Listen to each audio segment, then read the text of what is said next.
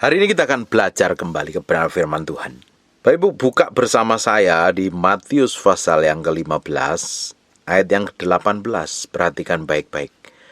Tetapi apa yang keluar dari mulut berasal dari hati. Dan baik, apa yang keluar dari mulut kita itu berasal dari hati kita. Makanya kalau kita ingin melihat seseorang itu seperti apa, perhatikan ucapannya. Apa yang keluar dari mulutnya. Kalau ingin tahu hati kita sendiri seperti apa, ya coba perhatikan perkataan mulut kita itu apa. Terutama waktu kita mengalami masalah. Kamu nih benar-benar cinta Tuhan apa tidak? Perhatikan aja apa yang keluar dari mulutmu. Pujian, ucapan syukur, nyembah Tuhan, atau ngomel atau gerutu. Coba perhatikan isi hatimu tuh pingin seperti apa. Perhatikan baik-baik ketika engkau mengalami tekanan, mengalami masalah, mengalami persoalan. Harusnya yang di dalam hati kita itu isinya adalah kebenaran. Sebab dari hati orang percaya akan mengalir aliran-aliran air. Air yang pernah kamu minum itu menjadi sumber mata air yang memancar keluar dari batin kita. Dan itu adalah Roh Kudus.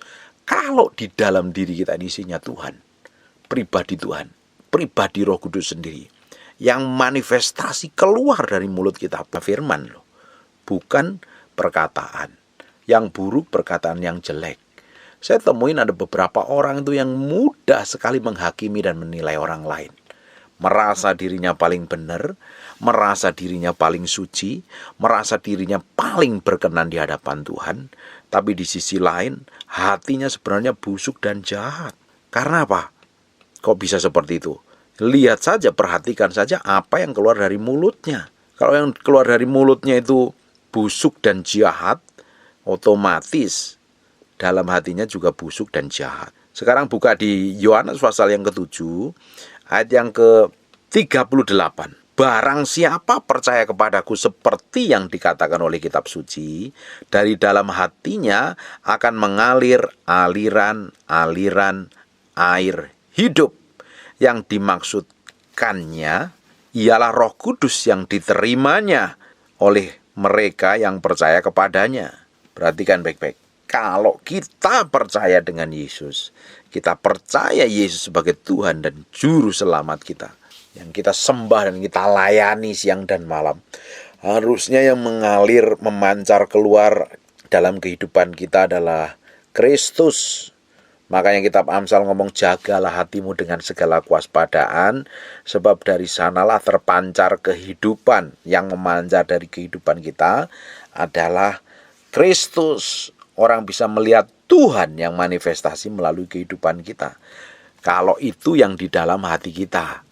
Tapi kalau yang di dalam hati kita itu isinya benci, jengkel, kepahitan, merasa benar sendiri, merasa suci sendiri, merasa paling berkenan sendiri di hadapan Tuhan, nanti yang keluar dari mulut kita akan menghakimi, menilai buruk orang lain, menuduh orang lain, memaki orang lain, menjelekkan orang lain, bahkan memperlakukan buruk dengan perkataan, sikap dan perbuatan kepada orang lain. Karena apa? Kita merasa diri kita benar. Padahal kalau itu yang keluar dari mulut kita, hati kita sebenarnya jahat di hadapan Tuhan. Karena apa yang berasal dari hati itu akan keluar melalui mulut kita. Itu yang penting. Tetapi apa yang keluar dari mulut berasal dari hati kita. Hati kita itu isinya apa? Kalau hati kita itu isinya kemunafikan, kenajisan, ini lanjut selanjutnya ya, ayat yang 19.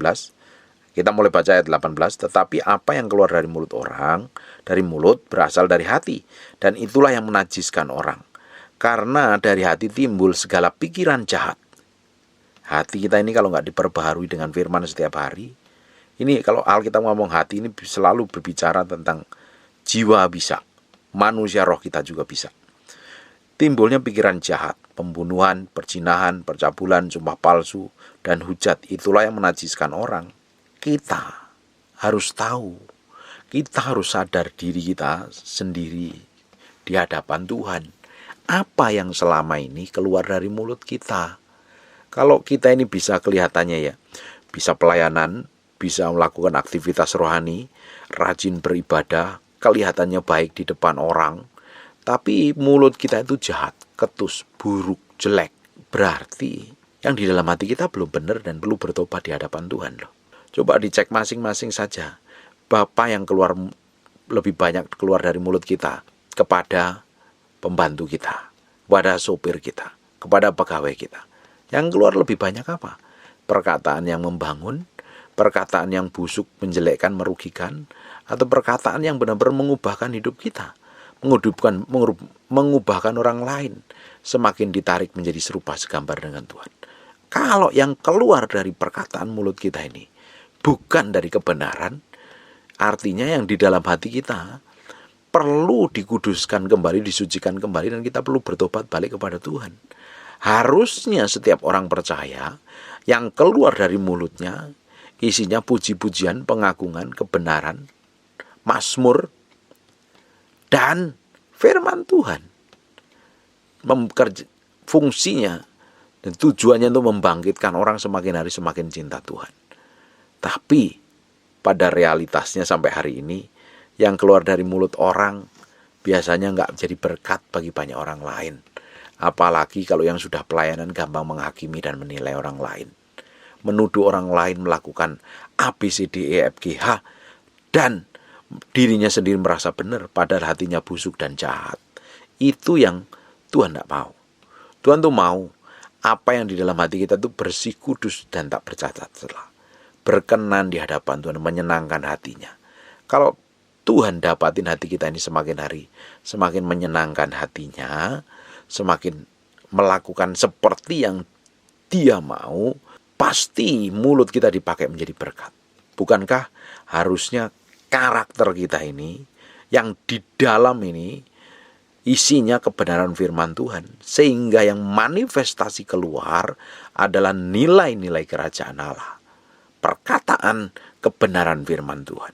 Kalau orang itu bisa dipercayakan, hatinya itu benar-benar mau menguduskan, menyucikan, isinya kebenaran firman Tuhan, prakteknya kebenaran firman Tuhan, Tuhan akan percayakan, Tuhan akan bawa dia menjadi representasi kerajaan Allah di muka bumi ini.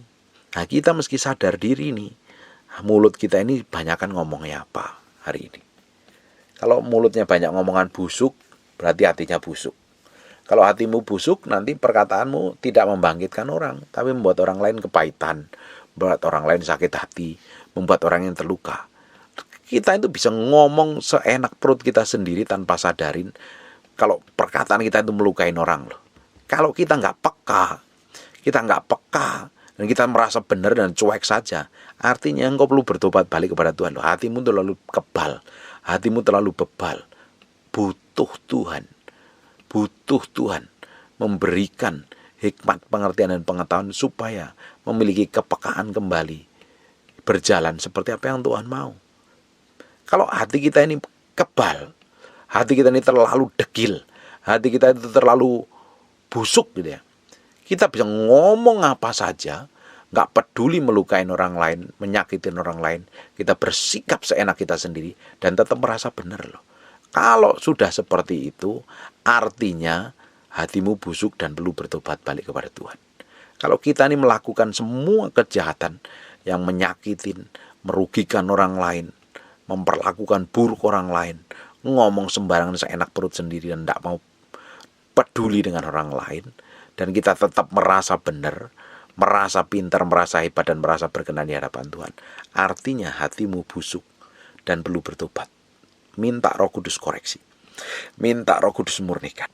Kalau didapatin hati kita ini murni, tulus, benar, seperti yang Tuhan mau, ujungnya hidup kita akan dibawa ke dalam level yang berbeda, menjadi representasi kerajaan Allah di muka bumi ini. Amin. Tuhan sampai hari ini ingin mendapati hati kita ini benar di hadapannya. Makanya Tuhan proses, makanya Tuhan bentuk. Hanya butuh reaksi kita aja yang benar di hadapan Tuhan. Kalau reaksi kita ini benar di hadapan Tuhan, Tuhan akan bawa kita ke dalam level yang berbeda. Kalau kita kalah, kita akan ngulang terus.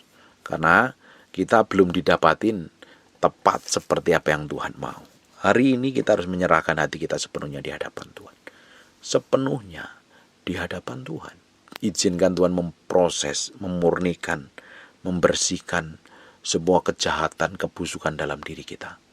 Izinkan Roh Kudus mengkoreksi setiap hari. Izinkan Tuhan meremukkan, mencabut sampai ke akar-akarnya. Biar kita didapatin hati kita ini bersih, kudus, rapi, dan tak bercacat celah jadi tempat tinggalnya Tuhan. Tapi kalau buruk, jahat, dan lebih jahat, najis, kotor, hatimu pun jadi tempat tinggal Tuhan, tapi menjadi tempat tinggalnya setan. Tidak heran kalau setan yang berkuasa dalam hatimu, kata-katamu menyakitkan, melukai. Kalau hatimu dikuasain dirimu sendiri pun, akhirnya setan ambil keuntungan, memakai perkataan menjadi menyakitkan, melukai.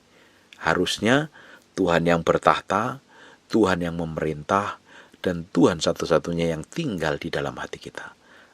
Kalau itu didapatin seperti itu, yang keluar dari mulut kita pun perkataan hikmat, perkataan berkat, perkataan yang membangun, perkataan yang bisa mengubahkan orang lain.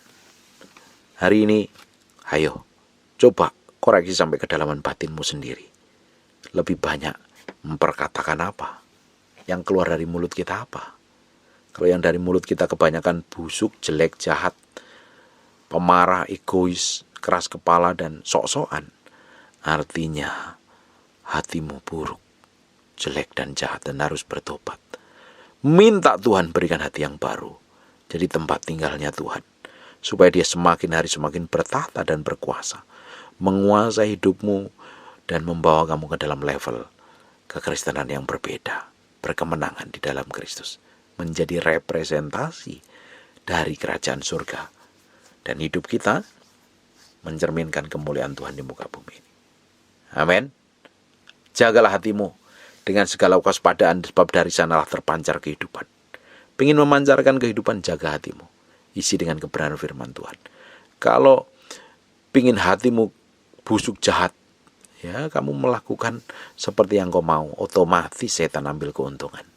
Tapi kita adalah orang-orang pilihan Tuhan, orang yang sudah ditentukan menjadi orang yang dipakai untuk menceritakan kemasyhuran kemuliaan namanya. Amin. Tutup matamu, tutup Alkitabmu, kita berdoa. Bapa, dalam nama Yesus, terus koreksi hati kami yang paling dalam. Koreksi, murnikan terus, supaya hati kami bisa tepat melakukan seperti apa yang Kau mau dan menyenangkan hatimu. Terima kasih Tuhan, kami bergantung sepenuhnya hari demi hari untuk dapat hidup benar, Kau dapatin berkenan di hadapan-Mu.